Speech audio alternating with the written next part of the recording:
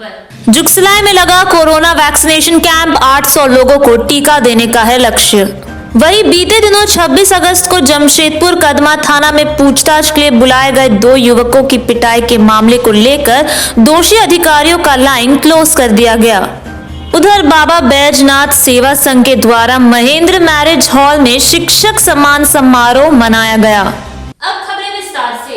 जमशेदपुर के जुगसलाई गौरी शंकर रोड स्थित Naseem marriage hall में रविवार को जुगसलाई परिषद की ओर से कोरोना वैक्सीनेशन कैंप लगाया गया।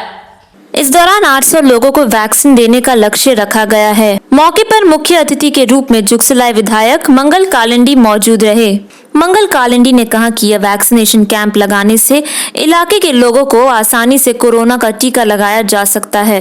कैंप लगने से किसी को पोर्टल पर रजिस्ट्रेशन करने की जरूरत नहीं। जितने लोग वैक्सीनेशन लेंगे उतना ही कोरोना का खतरा कम होगा। इधर मौके पर मौजूद जुगसलाई कब्रिस्तान कमेटी के अध्यक्ष नौशाद आलम ने कहा कि अब तक लगभग 400 लोगों को टीका लगा दिया गया है, जबकि 800 लोगों को टीका देने का लक्ष्य रखा गया है। कैंप सोमवार को भी जारी रहेगा। जो भी टीका लेना चाहे वे नसीम मैरिज हॉल में आकर कोरोना का टीका ले सकते हैं। देखिए, लोग जागरूक हो रहे हैं। पहले स्टार्टिंग समय पर लोग घबराहट हो रहा था सबको, लेकिन अब इतना जागरूक हो गया कि कल हम लोग जो है एकदम ग्रामीण क्षेत्र में गुरमा में लगवाए थे कैंप। वहाँ जो है सब बढ़ चढ़कर आके ये ले रहे हैं। और ये कोविड को एकमात्र अगर रामबाण की तरह अगर काम कर रहा है तो ये वैक्सीन है। और ऐसे कोविड कोरोना काल में भी मैं राज्य के मुख्यमंत्री माननीय हेमंत सोरेन जी को धन्यवाद देना चाहूँगा कि पूरे देश में जिस तरीक़ा से उन्होंने काम किया हमारे झारखंड में, पूरे झारखंड को कोविड से कंट्रोल करने का काम किया, उससे पूरे देश में माननीय हेमंत सोरेन जी का नाम हो रहा है, झारखंड का नाम हो रहा है। और आज हमारे हर क्षेत्र में लोगों को बीच में जागरूकता आ गए हैं और सभी जगह लोग 400 लोग अभी तक पड़ चुका है अभी, और बाकी 800 डोज है हम लोग के पास। और कल भी हम लोग का कैंप रहेगा जारी। हम लोग का कैंप के द्वारा हो रहा है, जुगसलाई नगर पालिका के द्वारा हो रहा है नसीम मैरिज हॉल में। क्या नाम आपका? 26 अगस्त को जमशेदपुर कदमा थाना में पूछताछ के लिए लाए गए 2 युवकों की पिटाई के मामले में बड़े पदाधिकारियों ने दोषी अधिकारियों का लाइन क्लोज कर दिया है। घटना के बारे में बताया जाता है कि 30 अगस्त को शास्त्री नगर के रहने वाली एक युवती को धतकड़ी का रहने वाला एक युवक भगा ले गया, जिस पर युवती के परिजनों द्वारा की गई शिकायत के आलोक में कदमा थाना पुलिस ने लड़के के बड़े भाई और उसके 2 दोस्त औरंगजेब को और आरजू को पूछताछ के लिए थाना लाया गया, जिसके बाद थाना से तीनों को छोड़ दिया गया। लेकिन घर जाने के बाद आरजू और औरंगजेब के परिवार वालों को जानकारी दी कि उनके साथ थाना में काफी दुर्व्यवहार हुआ है, जिसको लेकर एक समुदाय के लोगों ने जेएमएम पार्टी के नेता के समर्थन में थाना प्रभारी पर 3 विभिन्न गंभीर आरोप लगाए गए, जिसमें बताया गया कि थाना प्रभारी की मौजूदगी में दोनों युवक के साथ मारपीट की गई और उनके धर्म गुरु का नाम लेकर अपमानित किया और दोनों को एक दूसरे के साथ अप्राकृतिक यौनाचार करने के लिए दबाव भी दिया गया, जिसको लेकर थाना प्रभारी और दोषी अधिकारियों को निलंबित करने की मांग की गई। इस मामले की गंभीरता को देखते हुए पुलिस प्रशासन के वरीय अधिकारियों ने जांच की, जिसमें पाया कि मारपीट की घटना हुई है, लेकिन अन्य 2 गंभीर आरोप निराधार हैं। थाना के 2 पदाधिकारी के हाई हैंडेडनेस के बारे में, मतलब दूसरे के साथ मारपीट करने का और उनके साथ जो है अननेचुरल सेक्स करने का, प्रेरित करने का, और एक पर्टिकुलर रिलीजन के गुरु हैं, उनके गुरु के बारे में भी गलत बोलने का आरोप था, जिसमें हमने जो पहले डीएसपी हेडक्वार्टर के द्वारा जांच कराई गई, क्योंकि उस समय एसपी सिटी छुट्टी में थे। उसके बाद एसपी सिटी के द्वारा भी हम लोग जांच किए हैं और उनका भी जांच रिपोर्ट हम लोग के लिए प्राप्त है, जिसमें कुल मिला के 3 आरोप में एक आरोप जो है उनके साथ बदतमीजी करना, मैन हैंडल करना उसमें साबित हुआ है। इसके कारण हम लोग दोनों पदाधिकारी को खदमा थाना से हटाते हुए पुलिस लाइन क्लोज कर दी है और उनके खिलाफ विभाग की कार्रवाई हम लोग प्रारंभ कर दी गई। अन्य बाकी 2 आरोप में कोई पुष्टि नहीं है और खासकर ये जो बदतमीजी का कारण है, उनके द्वारा जो जांच में ये आया है कि वो लोग जब इसका 23 तारीख को अपहरण हुआ था लड़की का, उसमें उस दोस्त के साथ ये लोग लगातार संपर्क में रहे और वो जब पूछताछ कर रहे थे तो उस समय इन्होंने मोबाइल में सब चीज़ को डिलीट कर रहे थे। तो इसी को उनको द्वारा बताया गया था कि आप जो है एविडेंस को मिटा रहे हो, ये गलत तय कर। शिक्षक दिवस के दिन बाबा बैजनाथ सेवा संघ के द्वारा महेंद्र मैरिज हॉल में शिक्षक सम्मान समारोह मनाया गया। कार्यक्रम में मानगो के रहने वाले 200 शिक्षक और शिक्षिकाओं को संघ के द्वारा सम्मानित किया गया। कार्यक्रम का संचालन शिक्षक शंभू कुमार सिंह एवं शिक्षिका सविता मिश्रा ने संयुक्त रूप से किया।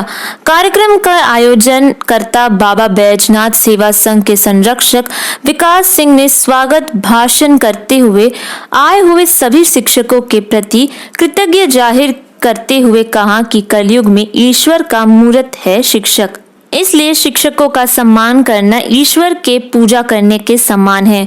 कार्यक्रम में आए हुए वरिष्ठ प्रोफेसर गणों के द्वारा सर्वप्रथम सर्वपल्ली राधाकृष्ण जी की प्रतिमा के सामने दीप प्रज्वलित कर उनके चित्र में पुष्प अर्पित कर कार्यक्रम का शुभारंभ किया गया। शिक्षक दिवस के पुनीत अवसर पर मानगो में आज हम लोगों ने महेंद्र मैरिज हॉल में वैसे महानुभाव को बुलाने का काम किया है, सम्मानित करने का काम किया है। हम लोगों ने प्रणाम और साष्टांग दंडवत होने का उनके सामने काम किया है, जिन्होंने अपने पूरी जवानी पूरी जिंदगी बच्चे को अच्छी तालीम देने में, अच्छी शिक्षा देने में खपा दी। वैसे लोग जो हमारे बीच आए हैं, निश्चित रूप से ये हमारे ऐसे एक छोटे कार्यकर्ता को गौरवान्वित करने का फल है। आज हमारे संस्था की ओर से इन्हें सम्मानित करने का कार्यक्रम किया गया है, क्योंकि गुरुदेव गुरु ब्रह्मा विष्णु महेश्वरा, इसीलिए उन्हीं की कड़ी में आज हम लोग इस कार्यक्रम का आयोजन किया। शहर में टीचर्स डे बड़े ही हर्ष और उल्लास के साथ मनाया गया। इस मौके पर शहर के सभी शैक्षणिक संस्थानों में गुरु को सम्मान किया। वहीं 1986 के पास आउट विद्यार्थियों ने अपने गुरु को सम्मानित करने के लिए कार्यक्रम का आयोजन किया। वैसे 1986 के वह छात्र जो देश और विदेश में रह रहे हैं, सभी छात्र आज शहर पहुंच अपने गुरु को सम्मानित कर कृतज्ञ हुए। उधर टीचर्स डे के अवसर पर कई जगह रंगा कार्यक्रम का आयोजन किया गया। वैसे सुनहरे पर भ्रामक संस्था ने अपने गुरु को सम्मानित किया है।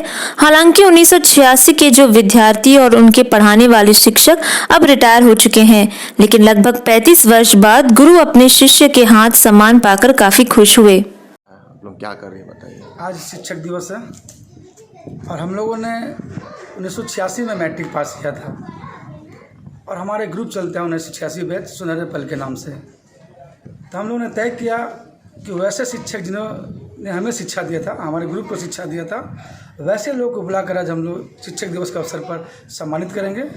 और इसी कार्यक्रम को हम लोग जिस विद्यालय से हम लोगों ने शिक्षा प्राप्त किया है, अखिल भारतीय महिला परिषद आदर्श उच्च विद्यालय राहरगोड़ा से हम लोगों ने मैट्रिक पास किया।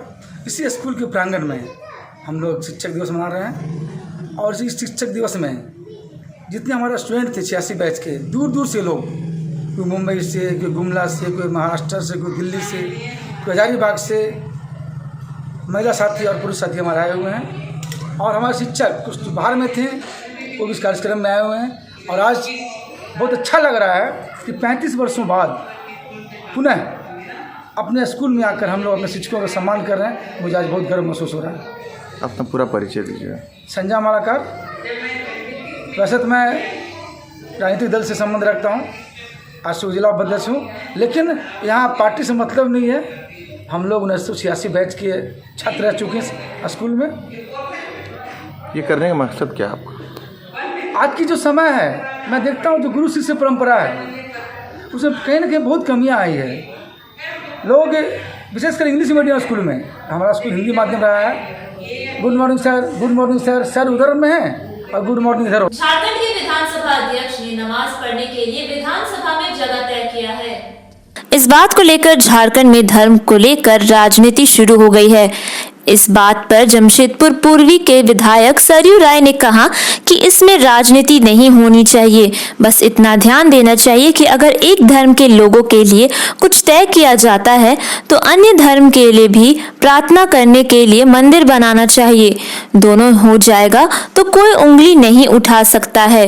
केवल एक धर्म के लिए होगा तो उंगलियां जरूर उठेगी। अगर नमाज पढ़ने के लिए जगह चिन्हित किया जाता है तो प्रार्थना करने के लिए मंदिर बनाने आवश्यकता है।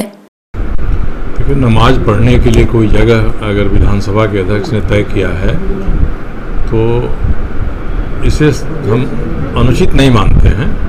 कई जगह है यहाँ ऐसी व्यवस्था की गई है। साथ ही साथ सर्वधर्म समभाव के दृष्टिकोण से या इसको हम कहते हैं कि सेकुलरिज्म के दृष्टिकोण से बाकी धर्म के लोग भी मेडिटेशन करना चाहें, प्रार्थना करना चाहें, या उनको लगता है कि हमारा मन अशांत है, हम अपने किसी देवता का, देवी का ध्यान करेंगे, तो उसके लिए भी इसकी व्यवस्था कर देनी चाहिए।